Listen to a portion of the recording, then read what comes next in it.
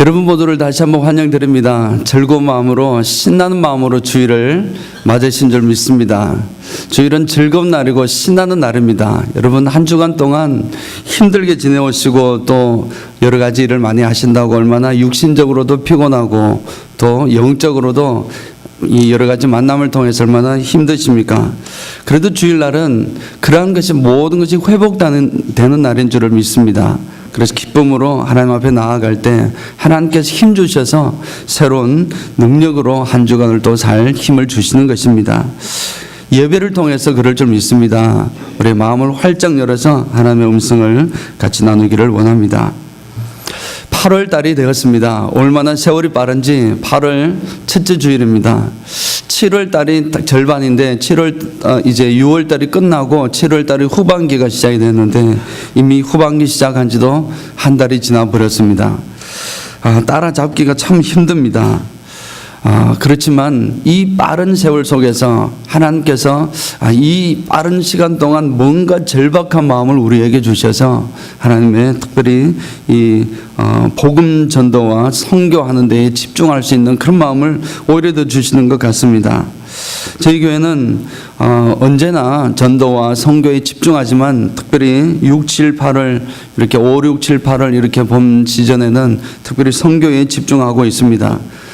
특히 방학 기간이니까 단기 선교가 그쪽으로 몰려 있고 또 많은 훈련들이 들어가 있습니다. 그래서 오늘 그러한 선교들을 통해서 하나님 주신 은혜를 같이 또 나누기를 원합니다.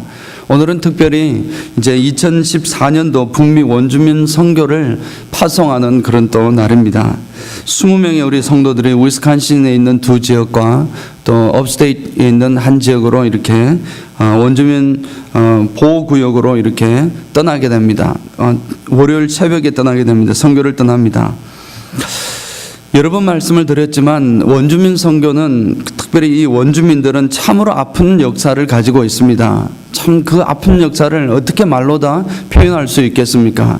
우리가 생각하는 것보다도 우리가 상상하는 것보다도 더 많은 그런 아픔을 가지고 있습니다. 그들은 너무나 많은 억압과 또 학살과 이 고난의 역사를 가지고 있습니다. 우리가 일제시대에 받았던 35년 동안의 그 지배보다도 비교할 수 없을 정도로 엄청난 고난의 시절을 보내었고 더 정말 참혹한 학살과 고난을 받아왔습니다. 그런 사람들에게 우리가 잠시 가서 친구 되어준다 그러고 희망을 가져라, 소망을 가져라 그렇게 말을 하는 것이 얼마나 참으로 부질없는 일인지 그렇게 여겨질 정도입니다. 그럼에도 불구하고 이 민족을 구원할 이 네이티브 아메리칸이라고 하는 이 원주민들을 구원할 수 있는데 가장 크게 쓰임받고 가장 적합한 민족은 바로 같은 비슷한 역사를 가지고 있는 우리들밖에 없음을 깨닫게 되고 또 그 일을 통해서 한 9년 전부터 계속해서 이런 원주민 선교를 집중하여 왔고 또 우리 은혜와 평강교회도 벌써 같이 한 지가 4년이 지났습니다. 특별히 이 원주민 선교는 국내 선교입니다. 도메스틱으로 있는 이런 선교이지만 사실상 복음을 마음대로 전가할 수가 없습니다. 복음을 예수 믿으세요 그 말을 공식적으로 사람을 모아놓고 이렇게 하지 못하게 되어 있습니다. 그러다 보니 오히려 아랍권 선교와 비슷한 느낌을 가지고 있습니다. 복음 선포를 통한 전도 활동이 공식적으로 금지되어 있기 때문에 그렇습니다. 온전히 우리의 사랑과 섬김과 그리고 우리의 사귐, 이 사귐이 중요한데 사귐을 통해서 그들의 마음을 조금씩 열어가고 궁극적으로 그것을 통해서 복음이 흘러들어가게 하는 것인데 무엇보다도 우리의 몸과 마음으로 그리스도의 사랑을 표현하고 나타내는 정말 고차원적인 그런 선교다 할 수 있습니다. 이 선교를 나눌 때 이 말씀이 떠올랐습니다. 오늘 본문 말씀 중에 눈물을 흘리며 씨를 뿌리는 자는 기쁨으로 거두리로다 라는 이 말씀의 선포가 있는데 이 말씀을 생각할 때 이 마음을 가장 닮은 선교가 원주민 선교가 아닌가 이런 생각이 되었습니다.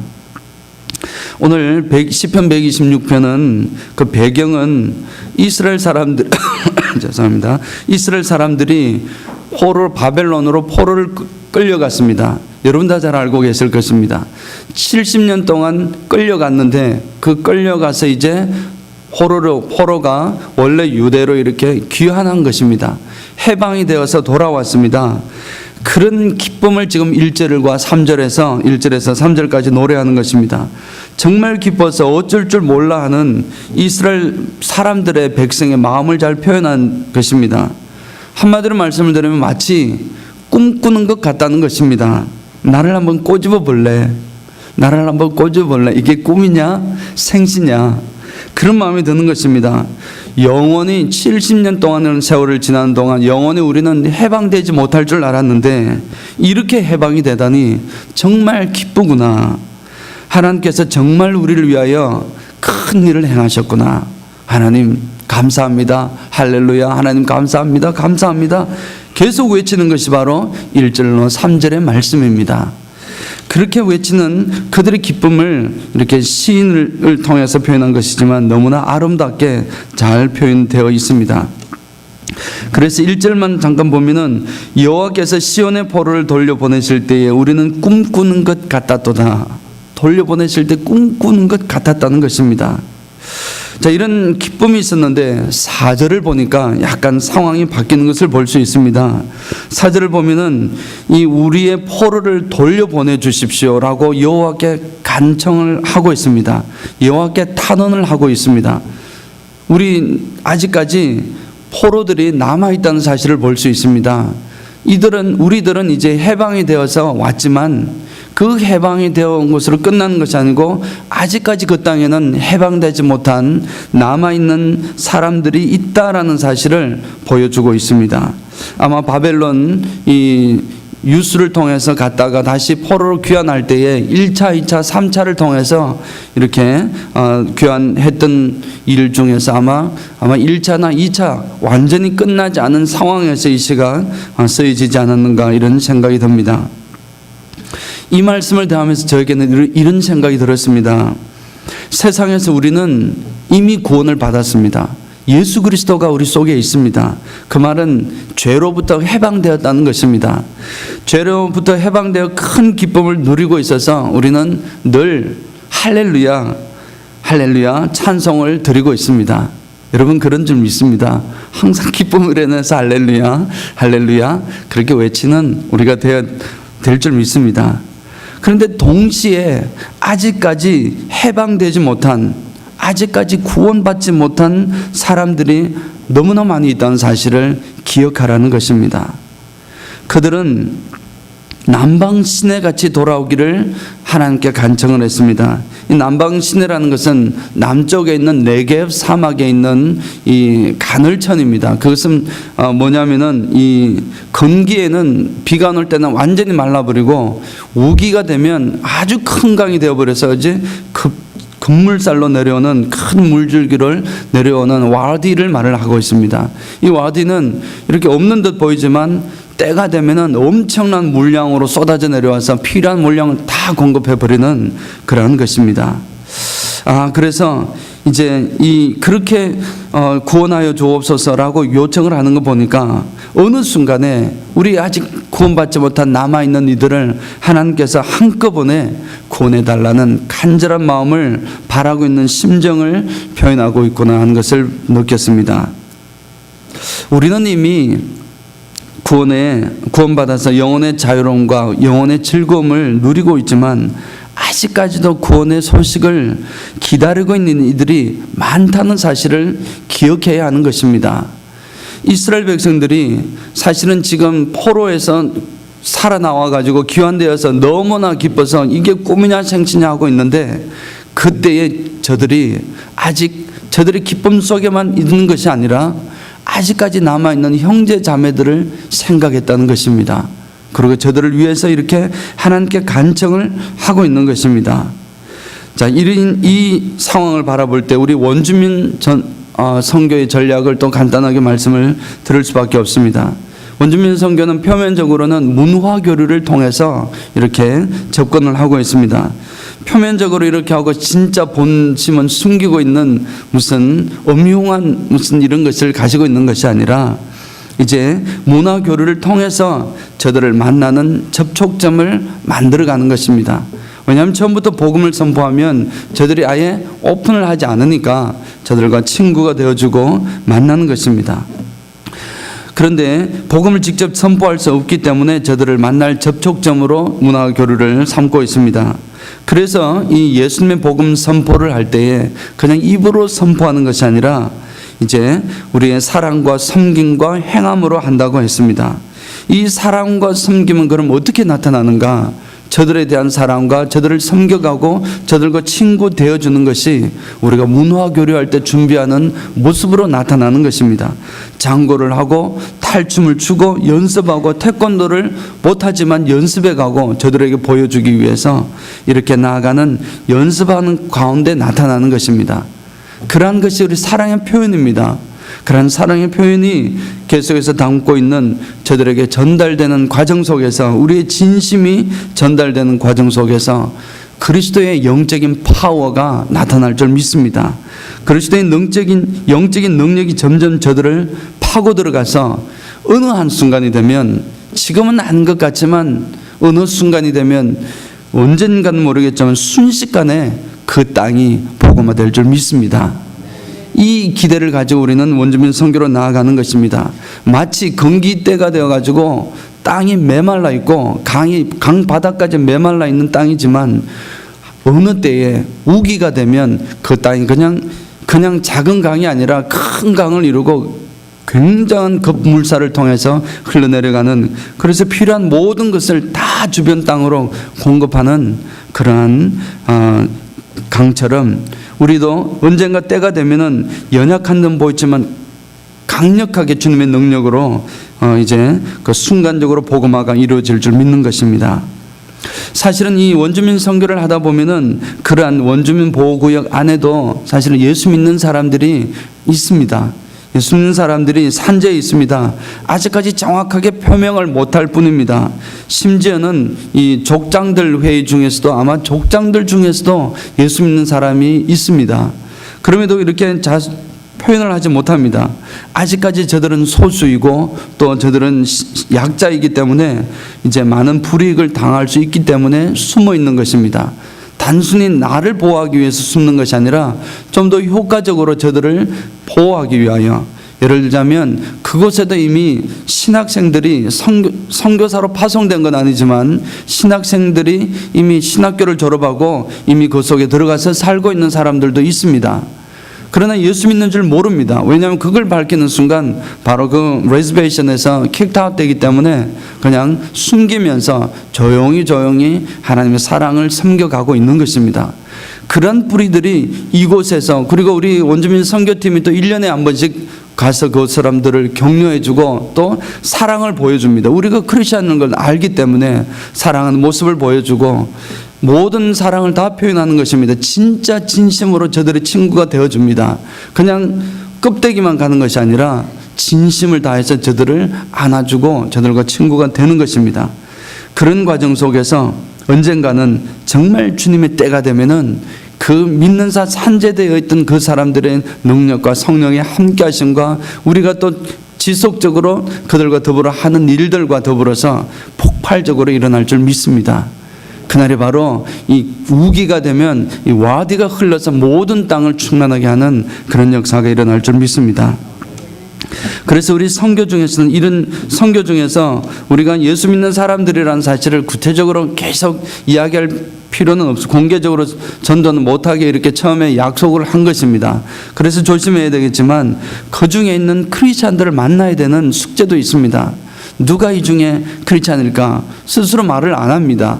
그러나 어떤 눈치를 보고 이렇게 서로 만나서 정말 그들에게 필요한 것이 무엇인지, 또 그리고 그들을 어떻게 도와줘야 하는 것인지를 의논하는 것입니다.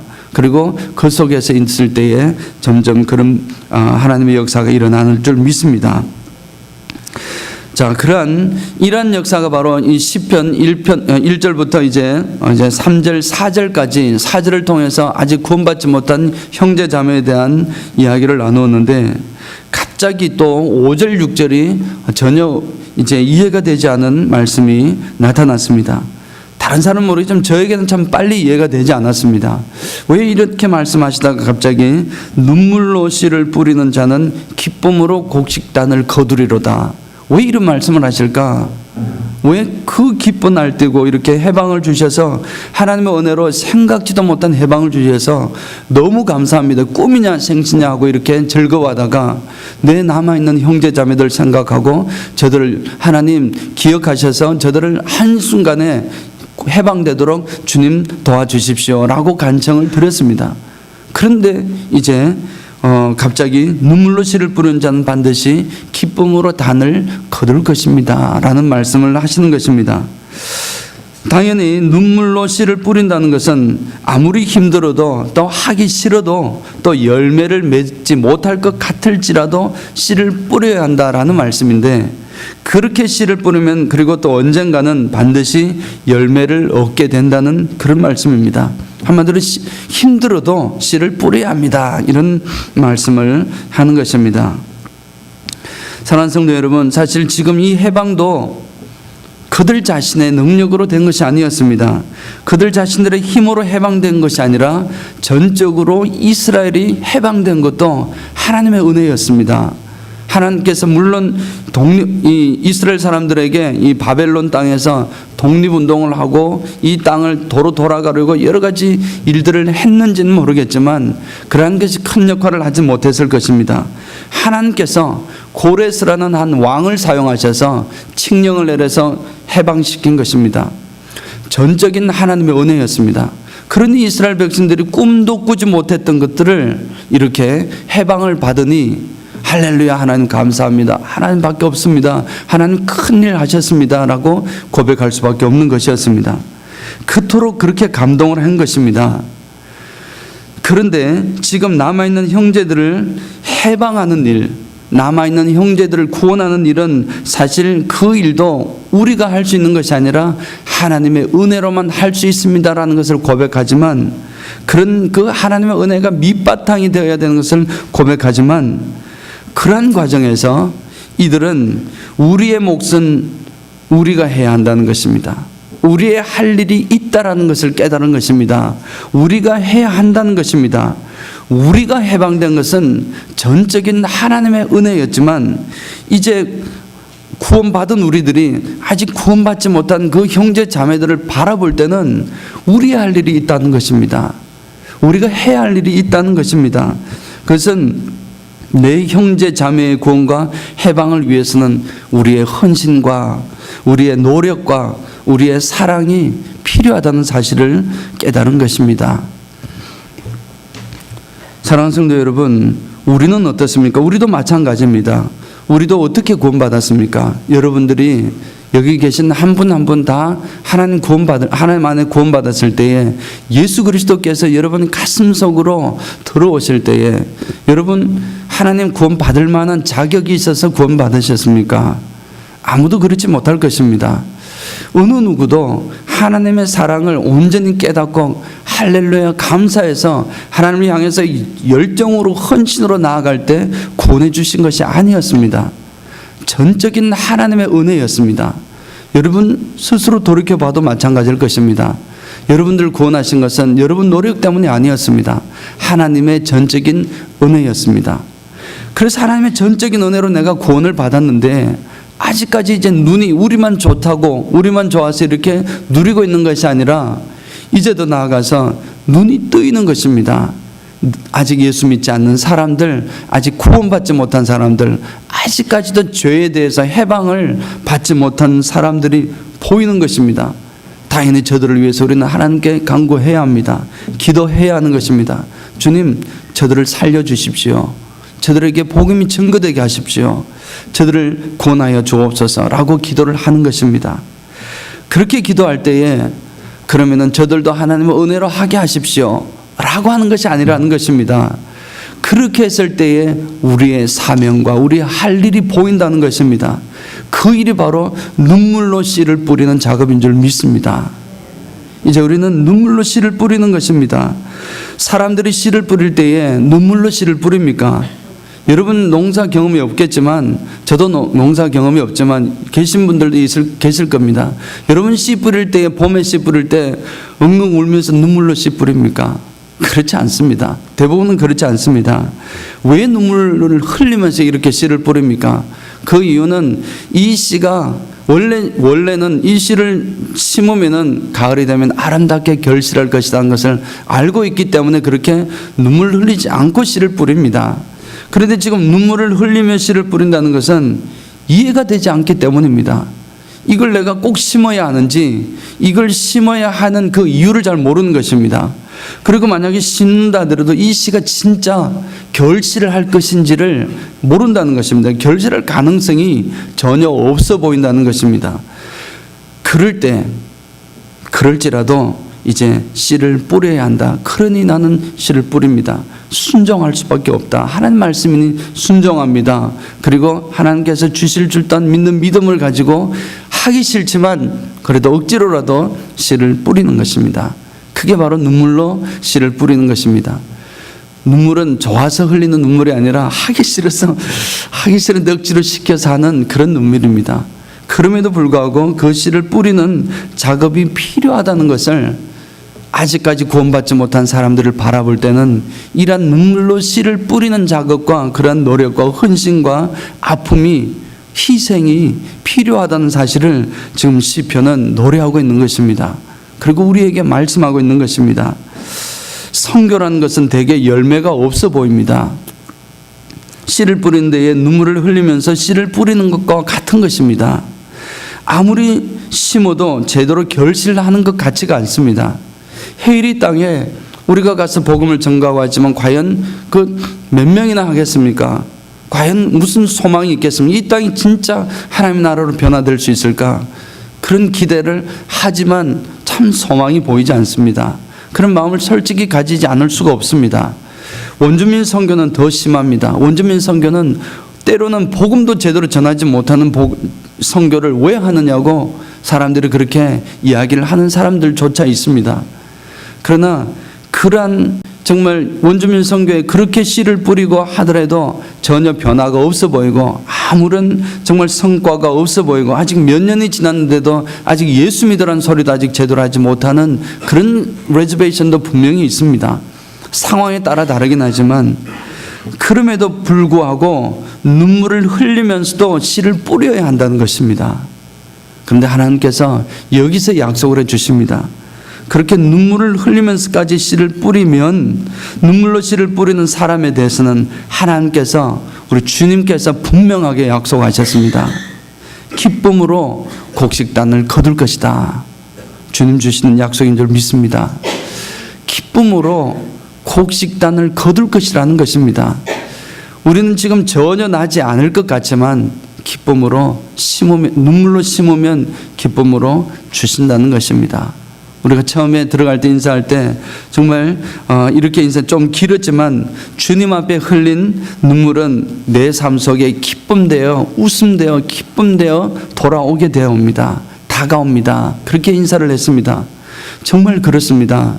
우리가 때로는 힘들지만 눈물로서 흘리면은 주님 앞에 흘린 것은 주님께서는 결코 외면하시는 분이 아니신 줄 믿습니다. 사랑하는 성도 여러분, 이제 이 정말 시편의 시인은 자신의 해방을 통하여 깨달은 것이, 그 깨달은 하나님의 은혜가 다른 사람에게도 구원으로 임해지기를 원하지만 다른 사람을 구원할 때 그 사에게 나의 눈물로 씨 뿌리는 헌신과 인내와 노고를 통하여 이루어지는 것임을 나타내고 있습니다. 우리 은혜와 평강 식구들도 마찬가지입니다. 우리가 무슨 일을 하든지 하나님께서 나에게 눈물로서 흘려야 될 때가 있습니다. 그것은 주로 선교라는 하나님의 놀라운 사역을 이루실 때에 그런 헌신이 나타나는 것입니다. 그런데 그런 분들에게는 반드시 주님께서, 오늘 성경에도 보면 6절을 보면은 반드시란 표현을 하고 있습니다. 반드시, 얼마나 우리가 잘 안 믿었길래 이런 말을 넣은 것 같습니다만, 울며 씨를 뿌리러 나가는 자는 반드시 기쁨으로 그 곡식단을 가지고 돌아오리로다. 주님의 말씀인 줄 믿습니다. 이 말씀을 믿고 나아가시는 우리 모두가 되시길 주님의 이름으로 축원드립니다. 아멘.